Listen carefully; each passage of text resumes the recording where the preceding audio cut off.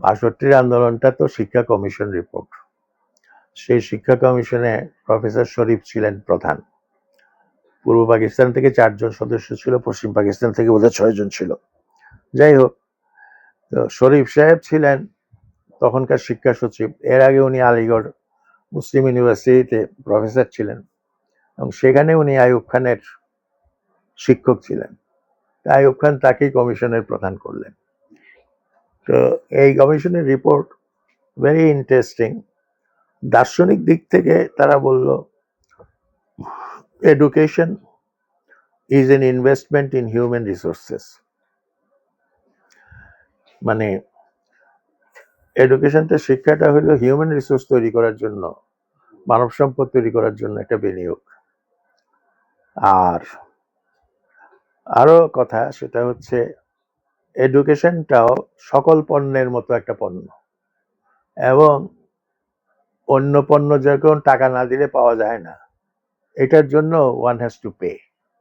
তো এইসব কথা ছাত্রদেরকে বিক্ষুব্ধ করেছে। তার চাইতে বড় বিক্ষোভের কারণ হলো, ইমিডিয়েট কারণ হচ্ছে যে ডিগ্রি কোর্স যেটা ছিল 2 বছরের পাস কোর্স, আর অনার্স ছিল 3 বছরের। তো ডিগ্রি পাস কোর্সটাকে শিক্ষা কমিশন রিপোর্ট অনুযায়ী 3 বছরের করে দেওয়া হলো।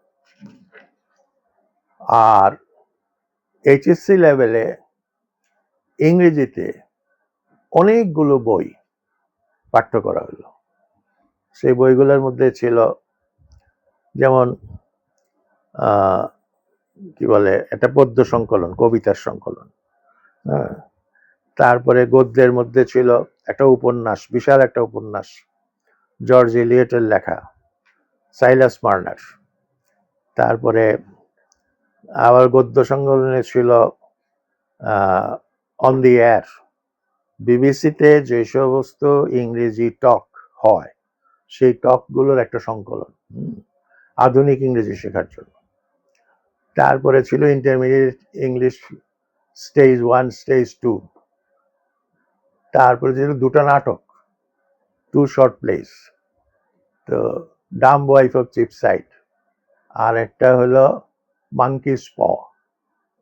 তো এইগুলো পড়তে হইতো। এছাড়াও হলো যে গ্রামারের জন্য, ইডিয়মের জন্য আরেকটা বই ছিল, মোটা বই। প্র্যাকটিক্যালি পুরো বইটাই আমার মুখস্থ ছিল।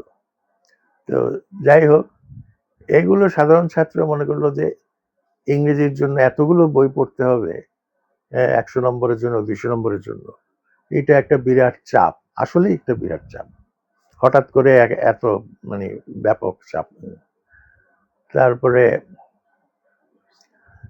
এইটার বিরুদ্ধে ইন্টারমিডিয়েটের ছেলেরা বিক্ষুব্ধ, আর ডিগ্রির পাশের ছেলেরা বিক্ষুব্ধ হলো 3 বছর থেকে 2 বছর করা, 2 বছর থেকে 3 বছর করা এইটা।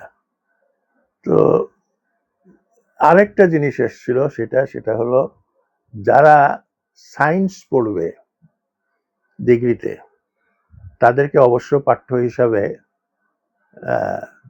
পড়তে হবে, হিস্ট্রি অফ সিভিলাইজেশন পড়তে হবে। আর যারা আর্টস পড়বে, হিউম্যানিটিস, তাদেরকে অবশ্য পাঠ্য হিসাবে হিস্ট্রি অফ সায়েন্স পড়তে হবে।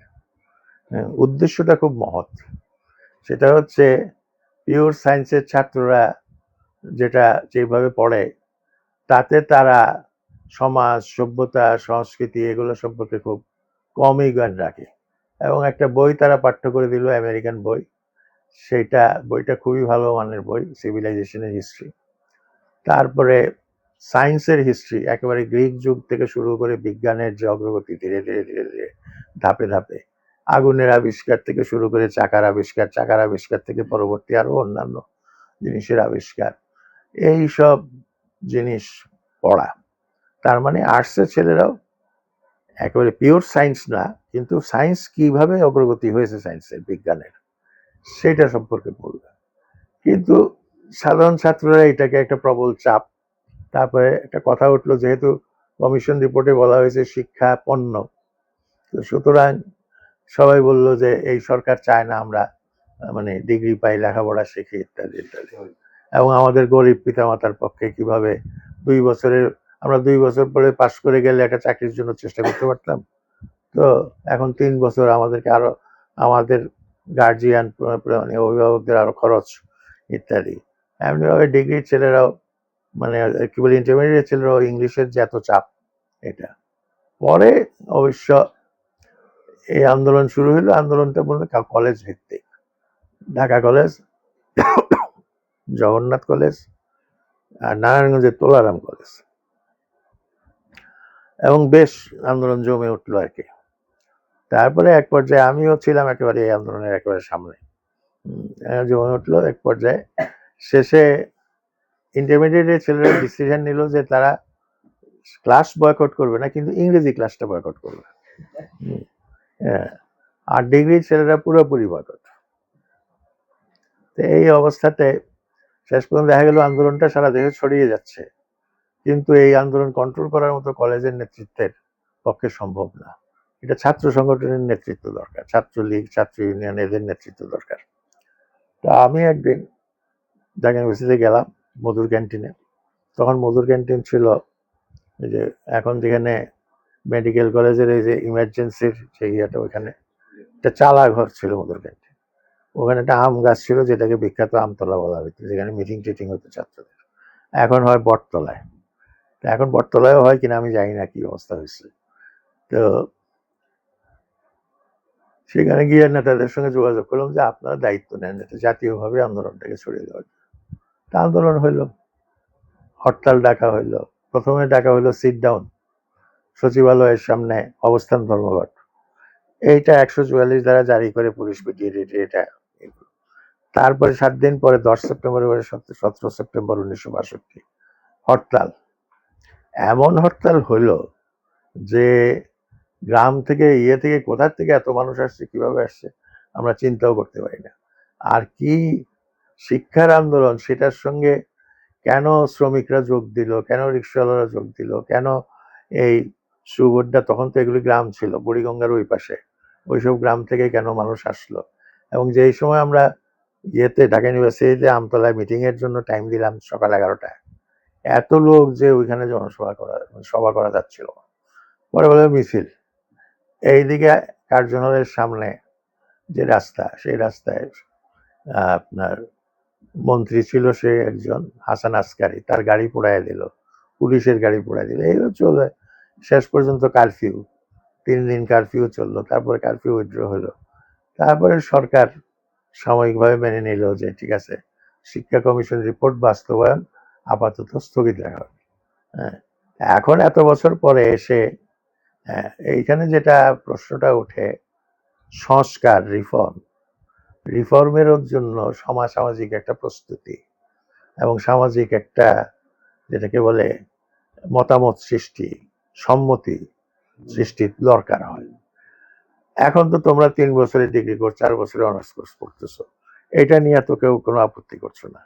কিন্তু অত বছর আগে 62-তে সেটা হচ্ছে, তার মানে ওই সময়টা এখানকার ছাত্র সমাজই বলি বা সাধারণ নাগরিক বলি, they are not mentally prepared for this. আর সেই সময় লেখাপড়ার মান কিন্তু অনেক ভালো ছিল। ওখানে ওই যে 2 বছরের পাস কোর্সের ডিগ্রি যারা নিত, তাদের কোয়ালিটি, তাদের লেখাপড়া, তাদের জানাশোনা, এইটা এখনকার যারা 3 বছরের পাস কোর্স করে তাদের চাইতে অন্তত পক্ষে 10 গুণ ভালো ছিল, কমপক্ষে। স্যার একটা জানার, সেটা হচ্ছে আন্দোলনের সহিংসতার যে উপাদান ওই সময় থেকে শুরু হয়। সহিংসতা ওইভাবে না, পুলিশ আক্রমণ করলে তখন ন্যাচারালি স্বাভাবিকভাবে টিয়ার গ্যাস মারলে যেটা হয়, ইট পাটকেল ছোড়া, এই পর্যন্ত। এর বাইরে এমন কিছু না। এইটা তো যে কোনো দেশের বিক্ষোভে এই জিনিসগুলো হয়। হ্যাঁ, আচ্ছা, তো এখন এত বছর পরে মনে হয় যে সেই সময় তো সরকার 3 বছর করেছিল ডিগ্রি কোর্স, ভালোই তো করেছিল। এখন তো আমরা 3 বছর করছি। আচ্ছা, মজার ব্যাপার হচ্ছে এই 3 বছর করেও কিন্তু 3 বছরের ফল আমরা পাচ্ছি না।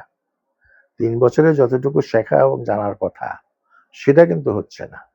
এখানে আরেকটা পরিবর্তনের কিন্তু দরকার আছে, এক। আর দ্বিতীয় কথা হচ্ছে যে ওই যে ডিগ্রি কোর্সে মানে হিস্ট্রি অফ সিভিলাইজেশন আর কি বলে উইল ডুরান্টের বই, যে স্টোরি অফ সিভিলাইজেশন, ওটা হচ্ছে ফিলোসফি, স্টোরি অফ ফিলোসফি।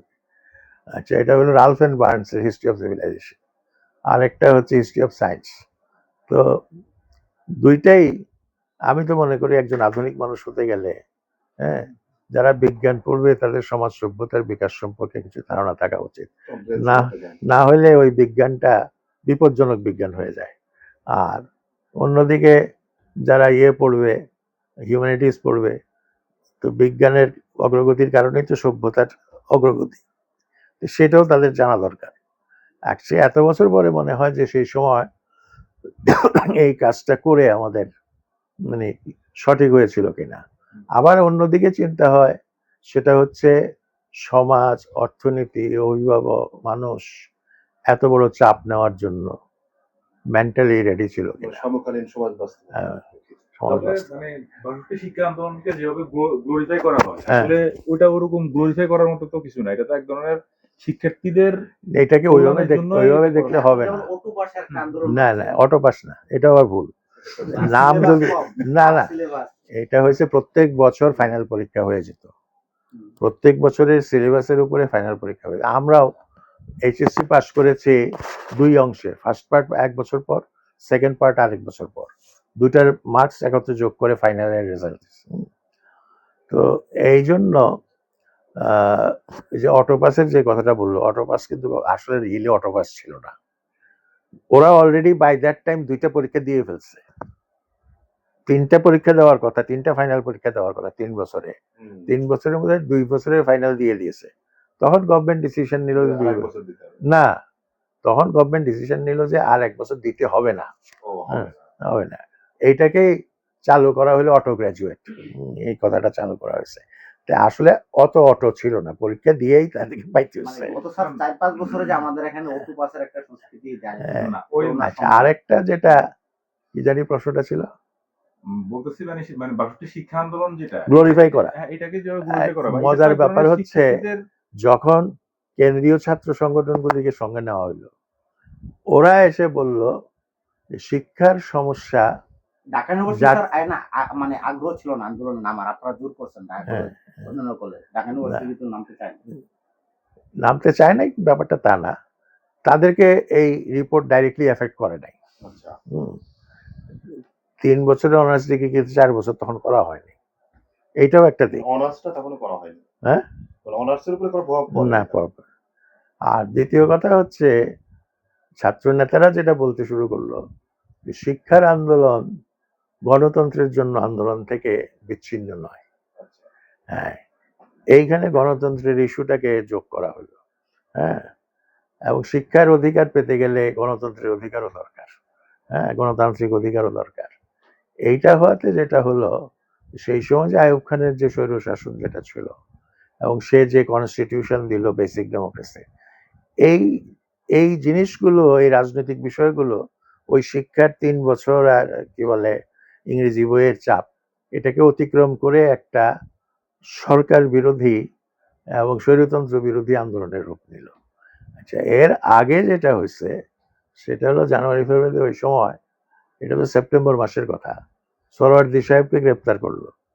গ্রেপ্তার করার পর এটাকে অজুহাত করে একটা ছাত্র বিক্ষোভের ব্যবস্থা হলো, এবং বেশ ঢাকা ইউনিভার্সিটির ছেলেরা বেশ বড়ভাবেই বিক্ষোভ করেছে এবং যথেষ্ট হয়েছে, সরকারকে যথেষ্ট নাড়া দিয়েছে। এই হলো মোটামুটি সেই সময়কার কথা আর কি।